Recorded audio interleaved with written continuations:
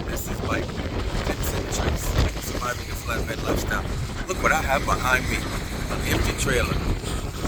All that pipe is gone. It is delivered to the construction site here in Pine Grove, Illinois. It's way over there. Okay, see? That's no longer my pipe.